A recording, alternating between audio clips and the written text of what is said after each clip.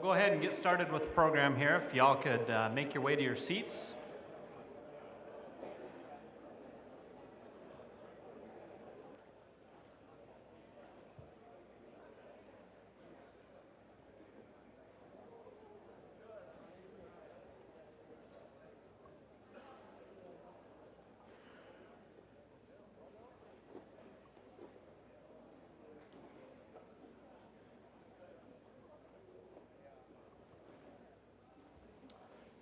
Okay, to kick off our next session, I do want to say a quick thank you to a couple more sponsors who made this possible. Thank you to Farm Credit Services of America, the South Dakota Ethanol Producers Association, and First Dakota National Bank. Without your support, this event would not be possible. Let's give them a round of applause.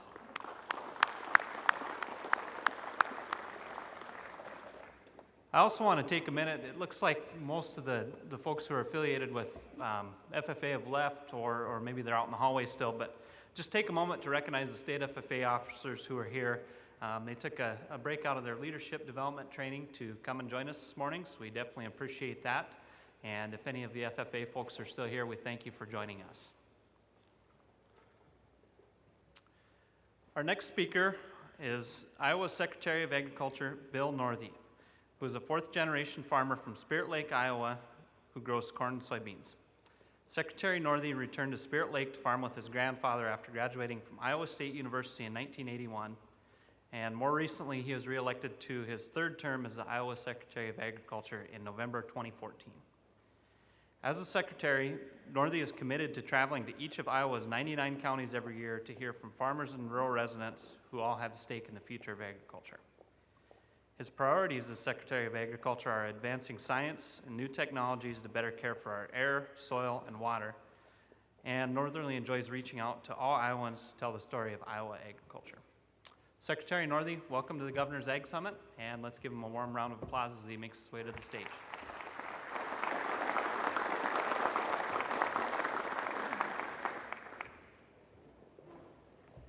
Well, thank you, Ben. Appreciate the opportunity to be here, the invitation to be here. Great to see some old friends and meet some new friends as well. And now while Dr. Odekoven's out of the room, I can say nice things about him as well, and I won't go to his head, but we spent way too much time talking together about avian influenza last year.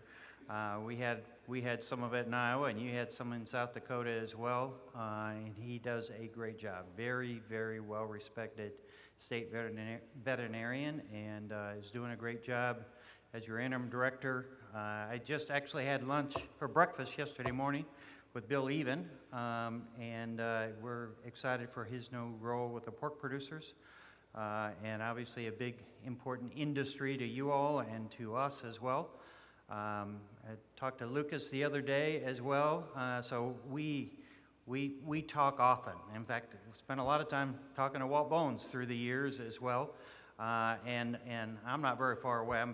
My farm is about 100 miles east of Sioux Falls, so we've got some of the same kind of weather as you get over here and as you've had this spring as well. I wouldn't be a farmer if I didn't start off talking about the weather and crops, right? Most of Iowa is planted.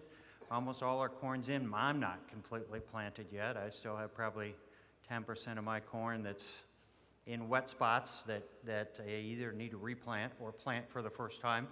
I think we're over 80%, mid-80s on soybeans, so most of the beans are in. I'd say most of the ones that aren't in are in northwest Iowa or western Iowa. Certainly this corner here is a challenge for South Dakota, Minnesota, and Iowa. There's other spots that are around that are challenged, but I was in eastern Iowa yesterday. Mostly our crops look great. We got folks that said the best spring ever. I'm really glad for them. I wasn't that way in Spirit Lake, but we've got a lot of good looking crops that are 6-inch corn, bright green, great stands. They're off to a good start in lots of the state.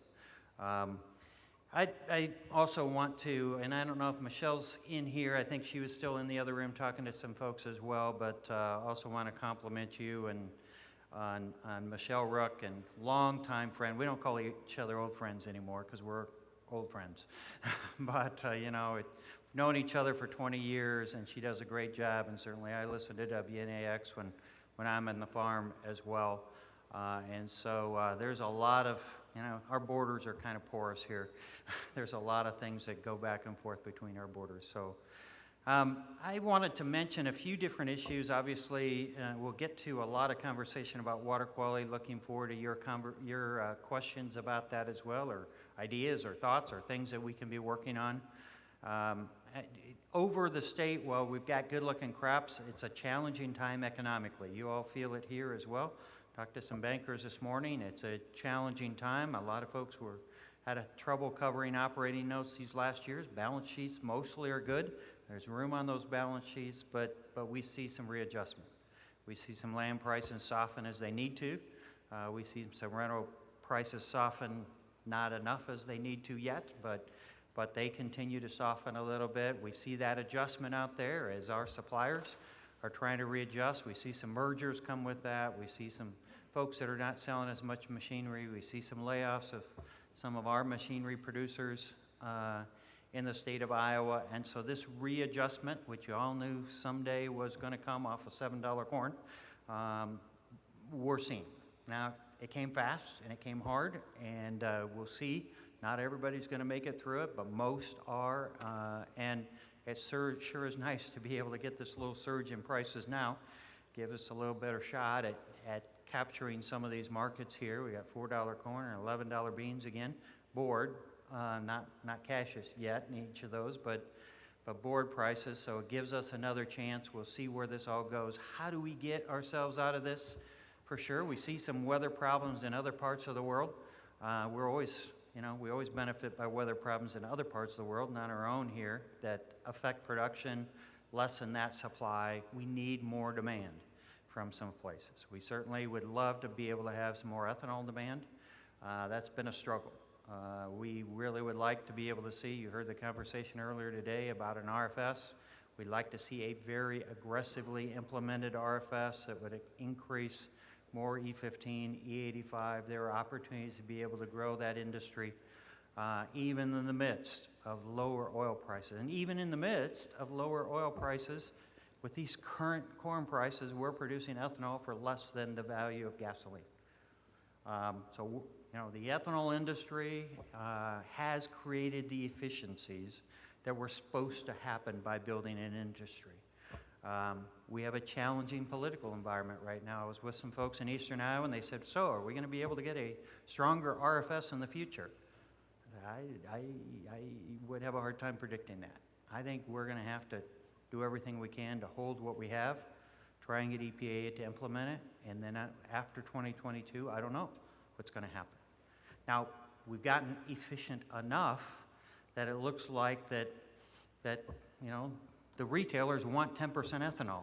Hopefully they want 15% ethanol too as they get used to that. But right now they certainly want 10%. I don't see the industry going our way, but we produce more corn every year, and we need places to be able to send more of that. That includes overseas. We need some markets overseas, and then livestock. The opportunity to be able to grow our livestock industries is something, again, we try and work on, the I-29 corridor and looking at the opportunities to grow the dairy industry. In this part of the country, this is a wonderful spot to grow the dairy industry, and we've continued to talk about how we as multiple states, Nebraska, South Dakota, Minnesota, and Iowa, can work together to grow both processing and production in this area to be able to create more feed demand as well as more jobs in both processing and production. That is an opportunity that we have seen take place other places and needs to happen here. Feed cost-wise, cow care-wise, this should happen in this area, and we want to be able to see it grow, and we all benefit from growth in each other's states as well. So we need to be able to make that happen and leverage that. Challenges in the livestock business too, as we've seen prices drop. We've hopefully got most of those calves out of the yards right now that went in so expensive, and that we're able to make some money again on some of the turns of the cattle. I was just in a brand new cattle feeding facility in Iowa. With the extra rain that we get in some parts of the state, would have been real challenge in managing water coming off of feed yards. And so a lot of the expansion in Iowa in cattle feeding has been inside buildings with monoslopes, facing to the south facing to the south so that in the summer we don't get sun into those monoslopes, and in the winter we do get sun into those monoslopes. We warm that building up, we keep all the manure inside, we're able to use it all, and we are seeing those go up constantly. This one yesterday was a slatted floor operation, but again, 100% containment. They'll get 100% use out of that. And it was a family that was bringing more kids back to the farm, and they were looking at that as an opportunity to grow. And we're seeing the same thing in the hog industry now. We are seeing new buildings going up. Some of those are contract buildings where kids are coming back, being able to operate some part of the grain operation, but really focusing on hog production. We have 21 million pigs in Iowa. We have 3 million people. We're going to have more than 21 million pigs in the future as well. 7 pigs per person. We always say, if you're not taking care of pigs, your job is to eat pork, right? I hope you had some bacon. You got the same issues here. We produce more than we need. That brings us to the conversation about trade as well. And I'm very nervous in the kind of language I hear around people that have kind of taken for granted the benefits of trade, or forgotten maybe the benefits of trade. We would be hugely impacted if we weren't able to export all of the soybeans that we now export to China and other parts of the world, if we're not able to export the meat that allows us to be able to feed a lot of corn and soybeans domestically, create jobs here, be able to export. In some cases, it's not the whole carcass we're exporting, it's the parts we don't want or somebody who's willing to pay more for. So we get to keep the Iowa chops, right? The big old thick pork chops and the bacon and those kinds of things, and we send over variety meats, right? You know what variety meats are? That's everything that's not meat. That is, ears and feet and lungs and livers and other kinds of stuff. We keep a little bit of that, but we ship a lot of it overseas, and without that trade, we'd be in a world of hurt. It's not just the 25% of the pigs that we wouldn't need. It is the 50% of the variety meats that we don't have value for here. So that non-supportive discussion around trade is more than just rhetoric. If it becomes more than just rhetoric, it would have a significant impact on all of us. So we're seeing that grow. I mentioned avian influenza. Certainly spent a lot of time last year at this time on avian influenza. We're very pleased to have not had any avian influenza in the Midwest this year. We had a little bit in Indiana in January. They did a great job of shutting it down very, very quickly. And they'll tell us that they learned from some of the things we did as we learned about how aggressive that disease was.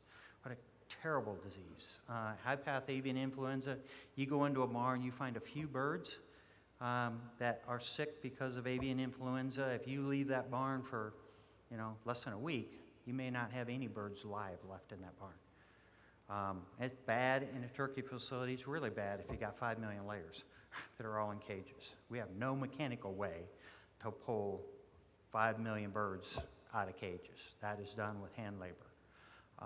And then you got to clean up that facility, and it was a tough mess. I was talking to an egg producer yesterday, actually on my way up here, and I said, so, how are things? And they know probably what you know if you've been to a grocery store lately, eggs are cheap. And they are cheap in part because of what we went through last year. So bird-wise, yes, we don't have sick birds out there. Folks have figured out biosecurity, and they haven't lost layers or turkeys because of that, but they are still suffering the impacts economically from that. So asked him what his cost of production, or what the general cost of production at current grain prices would be of eggs. He said about 50 cents a dozen right now. That's before processing and before lots of other transportation. He said there's a lot of eggs trading right now for 20 to 25 cents a dozen. There are some cost-plus contracts, other kinds of things out there that lessen some of that. So not everybody's in a different situation. But what ended up happening, we don't have any more eggs than what we did 2 years ago. We have more eggs than what we did a year ago. But what ended up happening with really expensive eggs last year and lack of supply in some cases, we had some customers out there that figured out how to get along without as many eggs. So they engineered out of their recipes some of the eggs that they used to have. And as he said, once they do that, they don't engineer back in eggs. They figured out how to do it without, and so they've seen that demand decrease. We used to have some exports. We're going to get those back. It wasn't a big deal, but when you got too much, even a little bit of product that was going overseas that's not now or not yet going overseas has an impact as well. So we see an industry, besides all the conversation about free range or cage-free, and that's the confusion I think consumers will have that I just stated, the free range, cage-free. They may think cage-free is free range. It's not, very much not. And you have now heard announcements by about 60% of the consumers of eggs that they want cage-free production by most of them by 2025, so in the next 10 years. To build that capacity, if that was all to be built with new construction, and most will say most of that will come about from new construction, is somewhere probably between $6 and $10 billion worth of construction costs to build 170 to 180 million layers. That's what's been announced so far. Cost of production probably is more than half again as much. One of these producers I talked to said we've got 50 cent a dozen cost right now. We'd have 85 cent a dozen costs if these were cage-free. Now, does everybody who wants it, are they going to be willing to pay that extra cost? Maybe they will. And maybe they've committed to it and that's going to be there. Once the producer builds it, we talk about the conversation, Bill, you asked the question, conversation of regulation versus markets. I'm a big believer that if a customer wants that and is willing to pay extra for it, that is vastly superior to the government saying you must produce cage-free or you must produce, like California, eggs to, cages that are twice as big. At least you have a chance for a market to be able to develop in a premium that'll help pay for that cost. But what if the producer builds it and you have as these guys said, they're usually 2-year contracts. You have a 2-year contract, and at the end of that, they say, not so much cage-free. I think I'll go back to somebody who has, 35 cent a dozen less expensive eggs.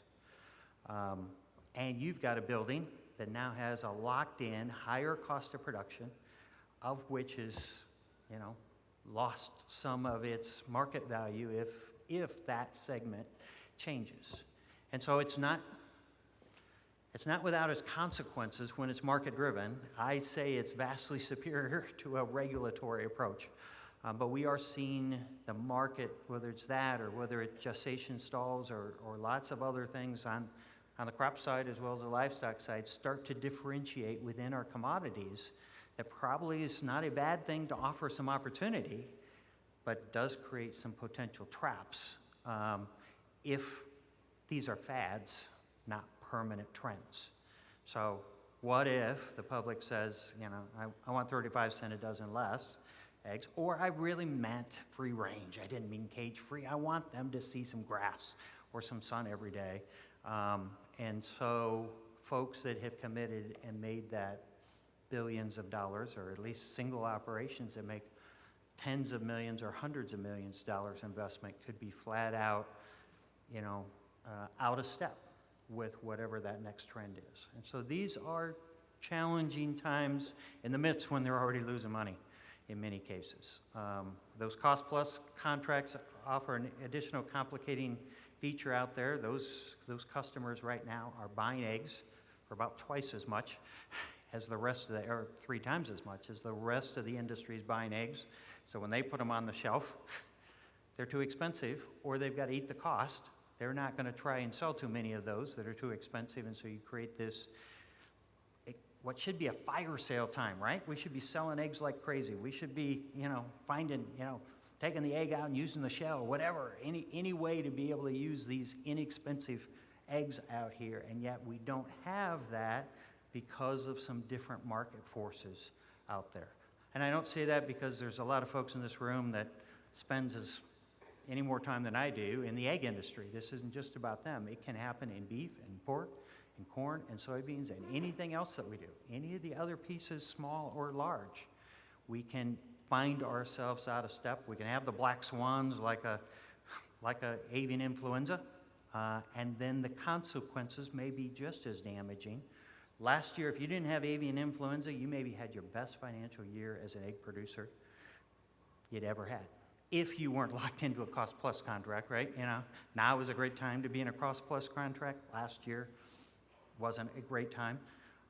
If you weren't, you may have had your best year, and now you can't see your future for sure 12 months later, simply because the industry went through the avian influenza break. So challenging times for lots of producers in lots of different places. As we talk about the things that several years ago we sat around and said, what are those regulatory things, or what are the things that we should be addressing that could be a real challenge to the future? We didn't figure out avian influenza and cage-free, or we didn't have a solution for the challenge of gestation stalls or pen-raised gestation, but we said water quality. Look at Chesapeake Bay.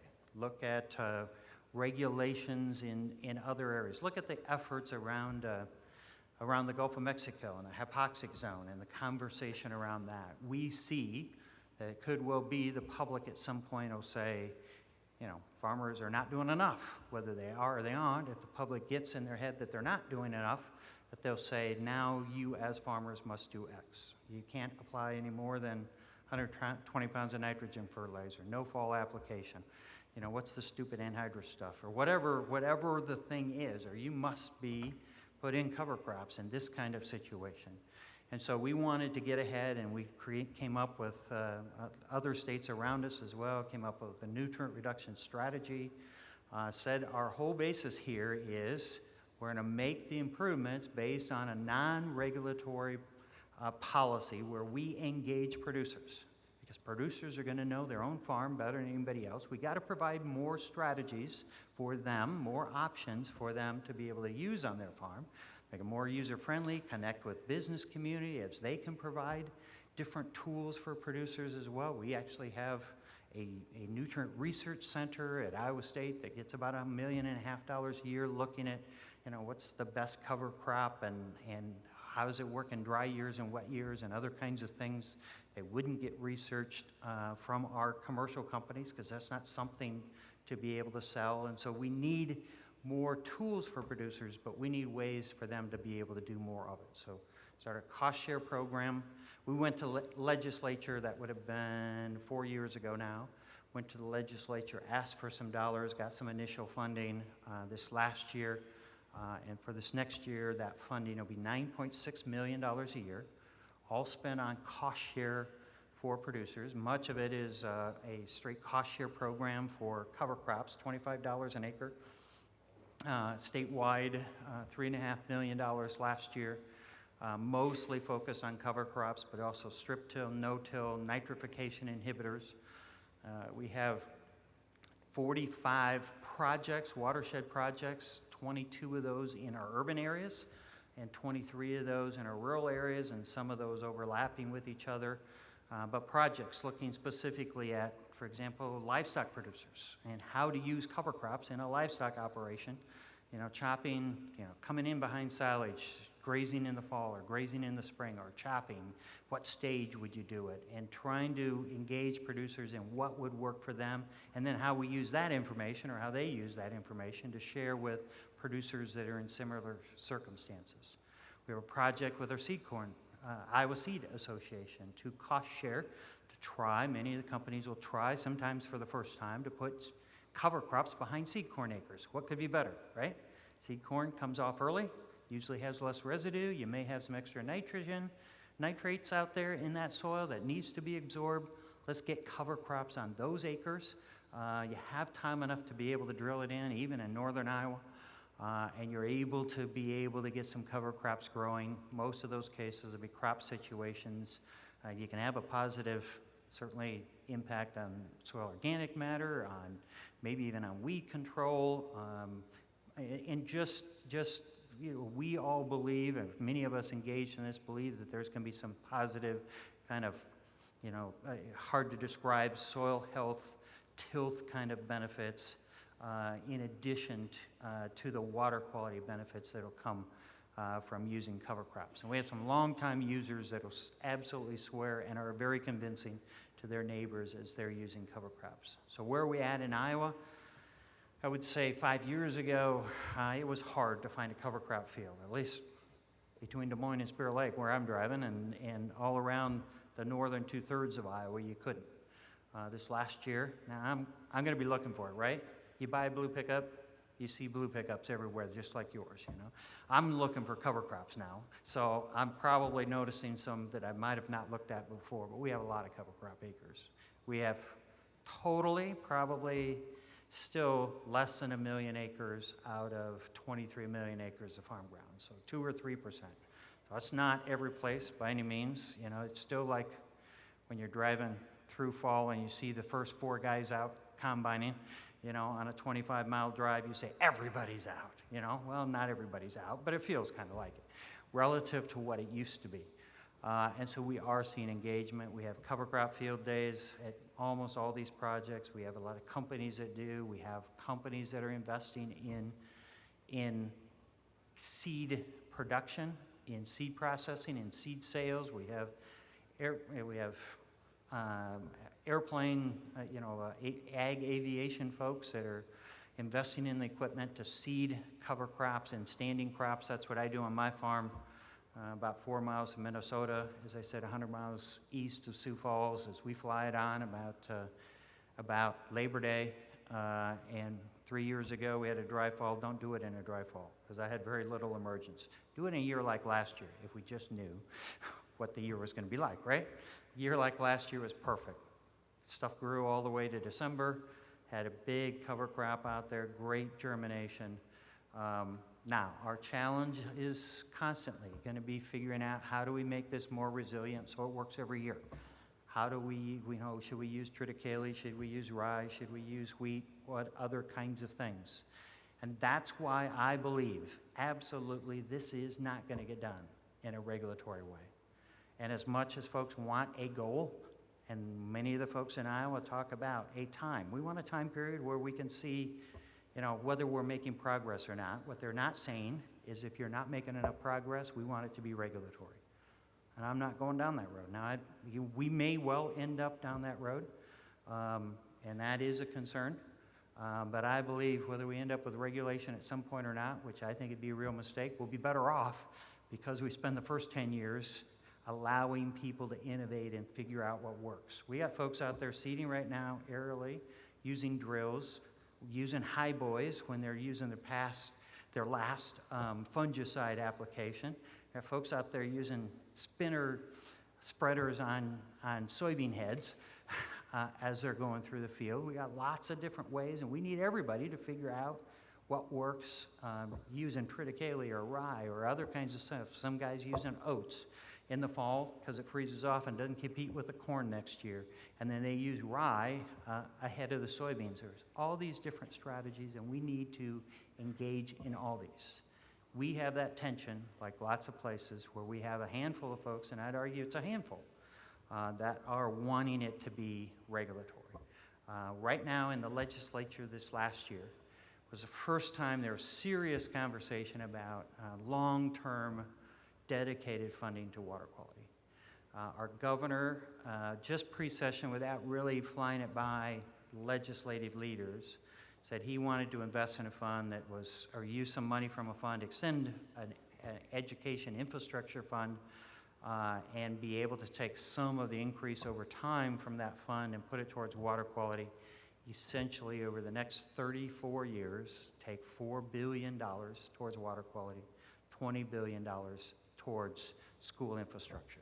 And that still got caught in the school versus water quality effort. He hadn't got it vetted, and so it didn't go very far. But the Iowa House, the Republican Iowa House, took existing funds and passed a measure to spend $464 million over the next 13 years away from education, so it didn't have the education versus water quality problem in the legislature. Our Senate did not pick it up. But the conversation within the Iowa Senate this last year was, number one, it's not enough, and number two, they want it to come from different places. It was not an argument that the money not be spent on the voluntary, non-regulatory effort that we have. So it was all constructive for the effort that's out there, which I think is a great validation that the folks in the countryside are doing a great job, the folks that are joining in are helping, are doing a great job. I'm very hopeful that this next year that the conversation of where the money comes from gets settled. I don't know whether we're talking about $100 million or whether we're talking about $1 billion or whether we're talking about 13 years or 34 years. But I do believe that we'll have water quality conversation that'll be constructive. It won't be about, no, we need to require this of producers and that we have all the answers and the producers are doing it all wrong. So I think we've set the stage. I think we're seeing more and more development. I told a guy the other day that one of my most interesting, most rewarding calls was, got a call from a company from Illinois, and they said, hey, we have this magic potion that's going to fix all the water quality issues, and I'm not sure it was a magic potion that was going to fix it all. But the rest of the conversation was valuable, and that was, he said, I think we want to bring this to Iowa. We want to have a demonstration farm in Iowa because we believe, number one, there's a lot of corn acres in Iowa that could use this, and so there's a big market. We don't need all of it to make a living. But number two, we also believe that there's a market for water quality friendly practices in Iowa that are also productivity friendly practices, and that farmers will look at this.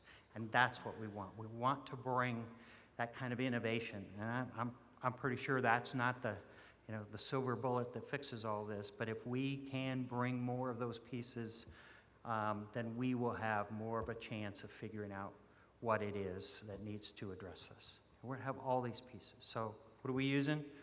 Cover crops absolutely is a part of this. We're seeing bioreactors. Bioreactors are tile lines where you put in wood chips in those tile lines, maybe 50 yards long, maybe 30 yards long. And as that water goes through those wood chips, we see a reduction of nitrate coming out of those wood chips of 50% compared to the water that went into those wood chips. We have 77 nutrient reduction wetlands across Iowa, where we surface tile lines into those wetlands. And again, we see a 50% reduction coming out of those wetlands versus going into those wetlands. Again, we're talking tile lines where we're trying to surface, so you can't do that every place, right? If you're too flat, you can't do that. You got to have enough fall that you can surface into a created wetland to be able to do that. We're seeing nutrient management, a lot of folks engaging. In fact, one of the companies that has a technology to apply nitrogen late season is Hagee Manufacturing out of Clarion, Iowa. You probably saw the news earlier this year where they were bought by John Deere, or a majority interest bought by John Deere. And one of the reasons I think they probably were interested in them is because they'd sold out of all the equipment. As of the first of the year, they sold out of all the late season, high clearance sprayers that they had that could apply nitrogen late season. By January, they sold out of what they could produce until the end of June. And so we see investment, we see return, we see people still making investments in things that will make them more efficient, and I believe better managers of those nutrients. Nutrient reduction wetlands, bioreactors, another thing called saturated buffers. We can talk about that later too. Those were all things that were invented over time by some Iowa folks or Iowa State folks, others that were part of this. We're not afraid to go and find things from other places as well, but we want to create that innovative kind of atmosphere where folks want to go out and find things that they can get from others. So a lot of progress, a lot of challenges. Let me talk, make sure I mention the lawsuit. Always get conversations about that. So Des Moines Waterworks is a private system. It's connected with Des Moines, but it's not actually run by the city of Des Moines. They provide the water for all the cities within the metro area, 500,000 people. Separate board from the city council, and so they're kind of insulated, even though they're appointed by the city council and the mayor. But they are suing 10 drainage districts, and I had conversations earlier. Those drainage districts are folks that went together, maybe 40 of us in the same area of a county, all go together and find common drainage. Because I don't have access to a stream to get rid of my water. but we have a county tile that maybe goes 25 miles to a stream. We all pay for a portion of that cost in Iowa. That's county supervisors that sit in charge of those drainage districts. Des Moines Water Works is suing 10 of these drainage districts in 3 counties in northwest Iowa. Suit was scheduled to be heard in August, now is probably late spring this next year, because that court, it's a district court, federal court, is asking the Iowa Supreme Court for some information on drainage district law and some of those kinds of things. This crosses over with federal Clean Water Act policy and drainage district policy, or tile line management policy. And they're asking for damages from these drainage districts if they have to run their nitrate reduction plant in Des Moines. Now, these drainage districts are, I'm sure, way less than 5%, maybe less than 1% of the water that gets to Des Moines. They're 100 plus miles away. That water actually decreases the amount of nitrates as it goes down the river. So there's a lot of other places they could sue. For whatever reason, they decided to sue these folks. It got them into this court in Sioux City. It's probably, so far, they've designated first $750,000 of ratepayer money for the lawsuit, and now have designated another $600,000. So $1.35 million of ratepayer money, water ratepayer money, to pay for the legal costs for their attorneys. They may be getting some help from other attorneys as well. The ag folks have gone together, the drainage district folks, counties, others have been a part of ag organizations, have been a part of a legal defense fund on the other side of that, saying this is damaging. It's not, you'll know. It's not just those 10 drainage districts. I was in eastern Iowa yesterday, and they say, we have a huge amount riding on this. My colleagues in the eastern U.S. will say, we have a huge amount riding on this. I hope it doesn't go wrong, because whatever precedent would eventually be set, probably by the Supreme Court, probably, 5 to 8 years from now, not next year. Whatever precedent that is, it would be true for all of us if there were damages that need to be paid by water quality problems coming from what we're going to argue is stormwater, which is theoretically absolutely not required to be managed by folks within the Clean Water Act. Now, again, that's a legal opinion that I can't make because I don't have any legal degree to know it, but a lot of folks I know and trust say that it's very challenging for Des Moines Water Works to make this case in front of a judge, at least for the long term. So we'll see how that plays out, but that's one of those things that's out there. We started the water quality effort long before that. We started before WOTUS. There are lots of other pressures out there, and these will continue to come along. But I would argue that some of our best long-term strategies is do everything we can, individually and together, to show that we as producers are doing the things that will make water quality improvements. May well be we're required to do those things in the future. If we do, we have learned something that makes us better. If we aren't, then in part it'll be because we've proven that a non-regulatory system is going to be superior in adoption and innovation and creativity to a regulatory system. So let me stop there. I often end, it was mentioned earlier today about working with farmers and what a neat thing it is to be able to work with ag folks. We have a Century Farm program like a lot of other states, like you all do here too.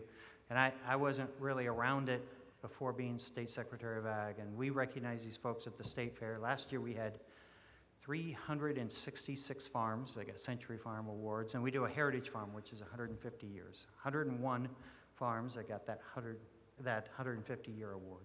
And I remember the very first year doing it, this older gentleman's coming across the stage. It's a stage about 4 times this big, and the whole family comes, and all they do is, so we have 400 families come across. They come up the stage, we announce them, probably 2 sentences, take a picture, hand them the certificate, and they go off and spend the rest of the day at the State Fair. And it's a fun event, and a lot of hugs and tears, and this older gentleman's coming across, and he's using a walker, big old burly guy. Now he's in his 80s, so he's kind of leaning over.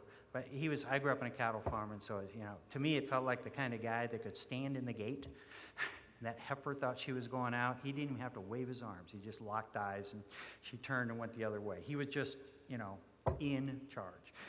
And I say congratulations, and he kind of looks up from his walker, and he said, I've been waiting 15 years for this day. And I got the 5th generation of my family with me, and they say they're going to farm too. I say, those are the kinds of folks, there's everyone in this room can tell stories about your own family and your neighbors that are like that. You think we're not going to do what's the right thing to do on the farm? Now, we got to convince some other people that we are and that we have this interest, and we know not everybody does. We tap into that, we're going to make the kinds of improvements that we need to make. Now, that's going to be way better than a bunch of government water cops chasing every farmer around looking for the last pound of nitrogen to figure out if you wasted it somehow, or it didn't get 6 inches deep, it only got 4 inches deep, or it got too deep, other kinds of issues. So let me stop there and just say what I appreciate the invitation to be here, and certainly looking forward to the conversation. So please, questions. You got warmed up with questions before. Now I'm ready.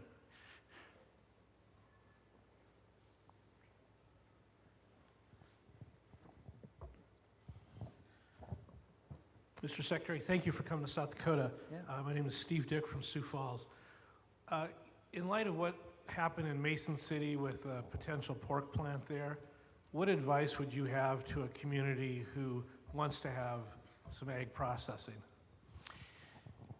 And so I think everybody saw that story. The city itself had really indicated an interest. There got to be really some outside groups, some groups from outside of Mason City that came and kind of ginned up some concern, and some of it was around smell, and some of it was around truck traffic, and some of it was around the kind of people that might be working at a plant, and so there were a lot of issues that were raised. I think there is a small chance that city actually does go ahead and have a plant. I think there's a much larger chance that plant gets settled in someplace else in Iowa. They are going to build a plant. It's going to be a world-class plant. It's going to be there for a generation, and it should happen. Now, we have to make sure that we are willing. There were a lot of folks, even in the pork industry, that said, oh, this will happen. The city council's already said they're going to do it. It's going to happen. And that pressure against that city council caused folks in that city council to change their positions. So I think we've got to let folks know the full story about how beneficial these plants can be with all the challenges. And we know that there's challenges, too, when you build a plant. I think it's very easy in Sioux City, right? They used to have a plant, and they wanted a plant. And so it was not controversial at all. We have several other cities in Iowa that said, come to us. We'll figure out how to make this work. So I do believe that there are places, it's not easy. I do believe companies themselves need to provide as much certainty about how they're going to create positive benefits for the school system and the other things that are concerns for some folks. But we in agriculture need to stand up for things that need to happen in agriculture as well. Even if you're just, connected on the edge, it's easier for us to just say, I think that's going to work without me saying anything. And then something like this happens. It surprised most of us. And several of us, were supportive, thought it was done, and probably didn't do all that we should do to make sure that the ag story is told. It's a good wake-up call that we cannot just assume it's going to happen just because it's so clearly good, at least in our mind.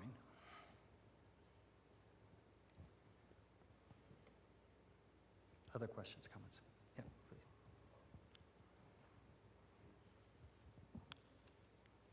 Yeah, Deco, thanks for coming to South Dakota. Our joint neighbor to the north of you and east of us, Minnesota, and their new buffer laws. Just wondering what your thoughts were about that. How it's working as far as you know, if that's in our futures, our joint futures. That's a good question. I think none of us know what our futures are for sure. So I think you all know, actually Minnesota for a long time had a buffer requirement on public waters. Now, in many cases it wasn't enforced, and what they did 2 years ago was say, we're going to enforce it, and you must do it. And then they made it really gray of whether it was public waters or private waters, and so they kind of straightened that out now. So they pulled some of the land that apparently was included off of that. The temptation for all this is that it seems like there's a simple solution to all this that is not going to fix all the water quality issues. So buffers, don't they look great? Really, you fly over an area and you look at buffers along streams, and often that stream is such that water is not going into that stream. They're great for habitat. And it certainly doesn't address nitrogen at all, except for surface nitrogen. If it's tile line water, that tile line just merrily goes underneath that buffer to the water and doesn't get any filtering at all done. So I would argue, number one, it creates an expectation that this is going to fix all the water issues, and it's not. And it becomes a big legal distraction that pulls everybody away from doing voluntary things. That's where I'd argue a lawsuit in our case has distracted some people from doing things. And I think that's a distraction from making progress. So it's not something I'm at all interested in doing in Iowa. We have more CRP buffers than any other state. We're actually looking potentially, if we could get some long-term funding, of having a state kind of CRP light buffer where people could actually harvest it, but have a buffer. We could pay a much lower rate than CRP, that it could be grazed without folks getting in trouble if they got corn stalks along that. And we like to be able to do something. So I'm a big believer in buffers. I just am not a big believer in a mandatory buffer system that makes it feel like that's a fix. I got a question the other day, how about fall application of nitrogen? There are folks out there that think, we'll fix this up. Just get rid of fall application of nitrogen. It seems like that's too far ahead of when the crop needs it. Iowa research will show that'll, address 1 or 2% of the issue within Iowa. And it'll create all kinds of application issues in the spring. We don't have enough toolbars. We don't have enough nitrogen storage. I'm a big believer that it makes sense to split our application. I actually don't do, I ban fertilizer. I put a little bit of that in the ban in the fall, but my fertilizer application is generally in season. But I don't want to force folks to do that. I think we can split rates. I think we can figure out efficiencies, and I think that's something that different people in different situations and different soils should be able to do differently.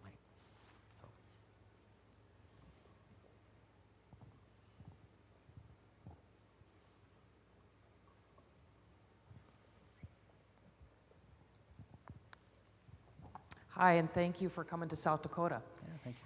Question is, what are you doing in the state of Iowa to enhance, encourage, and grow global relations between Iowa and opportunity for your producers? So our actual ag export responsibilities reside in our Department of Economic Development, or Economic Development Authority. But I certainly participate in marketing trips. We host a lot of groups coming in. We actually are working in the shorter term here and trying to get some connections with some folks in India. That's a long-term investment as far as being able to have a market in those areas. We take some, I'll head off in about 10 days with Deputy Secretary Skews to Ukraine and Romania, thinking that there are some opportunities, maybe not for ag exports right now, but for ag organization kind of exports, company exports, and then over time building that, what do they need for more livestock production to feed other parts of Europe and other kinds of things. So I get to China about probably twice out of every 3 years or so, work with our groups as well. Ag marketing, you all know it very well. Others don't always sense it. There is a relationship building, as you noted in your question, that is hugely a part of this. And sometimes you'll go and somebody will ask you, so what'd you get done? You come home with a contract? Well, maybe not. But we did build a friendship. They're coming 6 months from now. They're bringing some customers. And these are things that are sometimes hard to quantify how valuable they are. So this is hugely important. you know, I said, we got 21 million pigs, right? We can't eat all that pork. We got to send it places. We need friends in other places that want to buy that trust our product, that trust our producers. For the whole Midwest, disappearance is disappearance. We need it off of all our facilities, and we do some things regionally too when we can. But I think that's a very big part of what we do. It's hard to quantify the value in the short term, but it's very important. So thank you.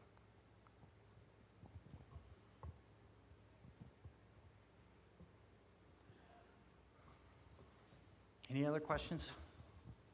I think folks are getting ready for lunch. Mr. Secretary, I'll maybe ask you Sure. one quick then. Paul Cosbo with South Dakota Department of Ag. One of the things we've been discussing a lot here over the recent years is the permitting process, fairness in the permitting process while ensuring that we're protecting our natural resources for the long term. So could you maybe talk to us a little bit about your experiences in Iowa, the permitting process, what works, any potential changes down the road, some of the things you've learned? So we have the only opportunity for really local input to a new livestock facility in Iowa is commenting on an application. What the actual application to build a facility has is generally is part of a matrix that judges how far away are you from your neighbors, and if you don't meet a point total within that matrix, you don't build. You don't get an okay to build a facility. Down to, actually, I think it's 500 animal units generally. And so it is not pure local control where the local board of supervisors can say no to a project if you have met their requirement, because that requirement goes to the state DNR. And there are some cases from time to time that folks say, you know, some people in a local community don't want it, but it has met the requirements and it can be built. Now, we also have most of our producers that are very sensitive. Let's build where people want us to build rather than building where we're not wanted. And so my area, Spirit Lake, Dickinson County, around Okoboji and Spirit Lake, we'd have some areas that would absolutely meet a matrix that folks have thought about livestock facilities, and others have said, you know, that would not be a smart place to put one. Build one another 10 miles farther away. It'll not be a problem. Where you're building it wouldn't be a problem, except that it's going to create all kinds of attention. People are going to smell it even if it doesn't smell. Sometimes we smell with our eyes rather than with our noses.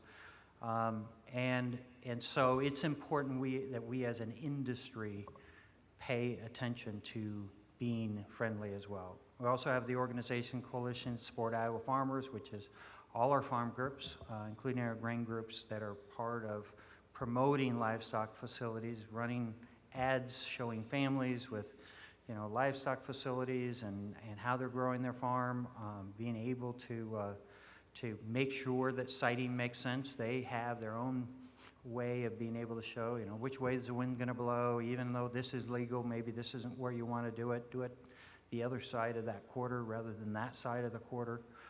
Let's go out and talk to all your neighbors beforehand and have that conversation. And so they have done a great job of minimizing some of that anti-livestock siting concern. Now, we have lawsuits. We have nuisance lawsuits. We have probably a dozen nuisance lawsuits that are out there that are filed right now. A couple of them have come back and have ruled against those filing against livestock.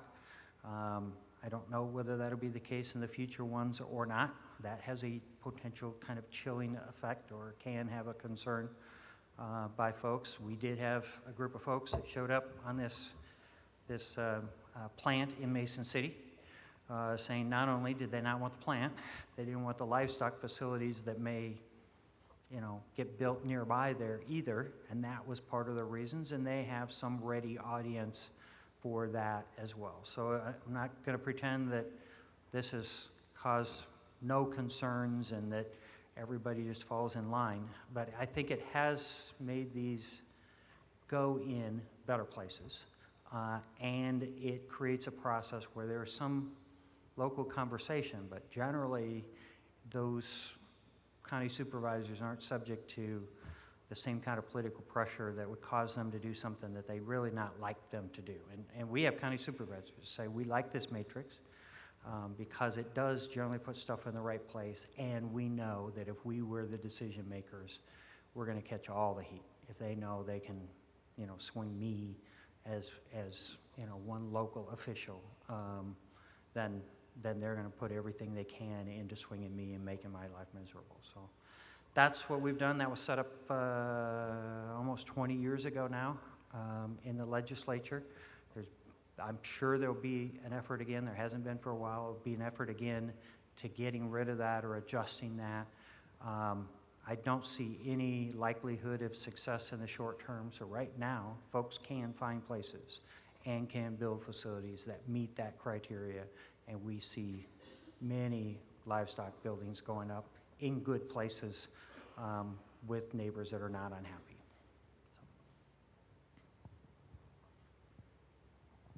Looks like we'd have time for one more quick question, if anybody has one. Okay, well, thank you all, and I'll be around too for lunch, and glad to have any side conversations if you like those as well. So thank you all, appreciate it.